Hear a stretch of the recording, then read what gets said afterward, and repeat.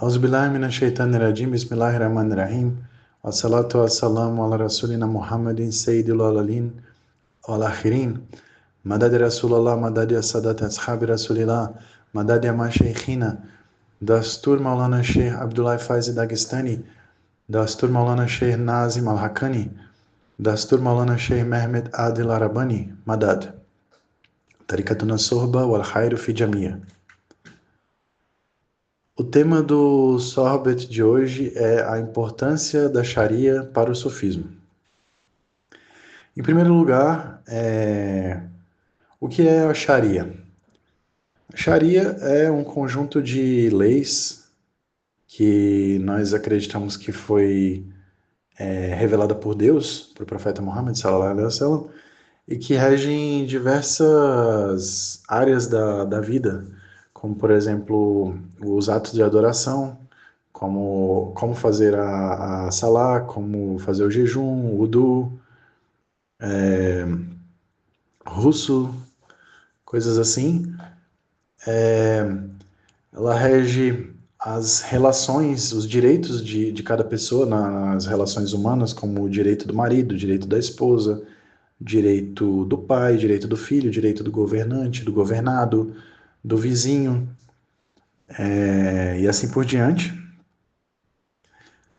E ela rege até mesmo os direitos de Deus. Deus, por exemplo, tem o direito de ser adorado sem parceiros. Ele tem o direito de ser respeitado e assim por diante. Além disso, ela também define os direitos do corpo, por exemplo. Que o corpo tem o direito de ser bem cuidado, né? Porque o corpo, na verdade, ele não é nosso, ele é uma amana, né? Como se fosse algo que foi confiado para nós, né? Da parte de Deus, e que nós temos que cuidar. Da mesma forma que quando alguém empresta alguma coisa para a gente tem que cuidar para poder devolver em bom estado, a gente tem que também cuidar do nosso corpo, porque ele foi algo que foi dado e confiado por Deus a nós. Então, isso é a Sharia, e ela ensina várias coisas que nos permitem não violar os direitos dos outros, não ficar em dívida espiritual com os outros, e nem com Deus, né? Então, é algo muito importante de se conhecer em profundidade, né? E nós podemos fazer uma analogia, que seria o seguinte, que a Sharia seria como se fosse um círculo, a, a Hakika seria como se fosse o centro do círculo, a Hakika é a verdade, que é o nosso objetivo, né? E a Tarika, o caminho Sufi, seria um traço que liga o círculo, a borda do círculo, até o centro. Porque o caminho Sufi, ele consiste de primeiro Sharia, depois Tarika e depois Hakika, né? O nosso objetivo é a Hakika, alcançar a realidade, a verdade, né? Então, a gente pode fazer essa analogia do círculo. Mas, se uma pessoa não tiver nem sequer dentro do círculo, como que ela vai conseguir andar na linha, que é o caminho Sufi, a Tarika, para poder chegar na Hakika, né? Mas, infelizmente, tem algumas pessoas, né, que elas consideram como se a Sharia fosse uma coisa que só serve para os muçulmanos exteriores, ou para os muçulmanos literalistas, ou para os salafis, ou coisa assim. Mas a verdade é que a Sharia, ela é importante para todos os muçulmanos e principalmente para os sufis, porque o nosso caminho ele começa na Sharia. A Sharia é o primeiro passo. Primeiramente você tem que entrar no círculo, que é a Sharia, para depois você começar a trilhar a Tarika, que é a linha, e chegar até o centro, que é a Hakika, a verdade.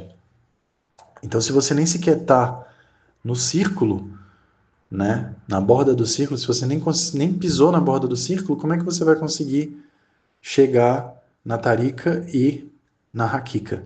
Mas tem pessoas que elas nunca nem sequer pisaram nesse círculo, mas elas acham que estão na Tarika, elas acham que estão evoluindo espiritualmente, né? Mas, na verdade, qualquer suposta experiência espiritual ou evolução espiritual que uma pessoa possa ter, que esteja fora desse círculo, não vai passar de auto-engano, devaneio ou ilusão, né? Isso pode até parecer algo um pouco duro de se dizer, mas é a realidade. A realidade dos fatos é essa, né? O nosso caminho ele tem princípios, né? E tem maneiras, não é uma coisa que é livre, né? Que cada um pode criar da sua própria forma, né? É um caminho que já foi estabelecido há muitos séculos e todos os grandes sufis seguiram esse mesmo caminho e foi assim que eles tiveram os seus resultados, né? Mas tem pessoas que querem reinventar a roda ou que têm alguma resistência com a Sharia, que acham a Sharia muito rígida ou acham a Sharia muito muçulmana demais, enfim. Aí vai do ego de cada pessoa, dos traumas, né, de cada pessoa. Mas o fato é que não é assim, né? Um outro ponto que eu queria colocar é o seguinte, que antes de eu ser muçulmano, eu estudei várias religiões e uma das religiões que eu estudei foi o budismo.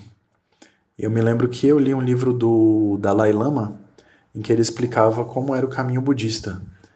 E nesse livro ele colocava em 3 etapas, é até bem semelhante com o que a gente estava falando de Sharia, Tarika e Hakika, né?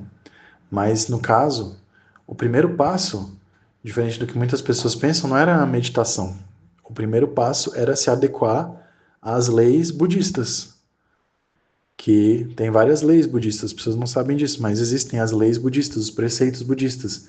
Alguns deles, por exemplo, não matar, não roubar, não mentir, não consumir intoxicantes, não fazer sexo fora do casamento. Tudo isso faz parte dos preceitos budistas.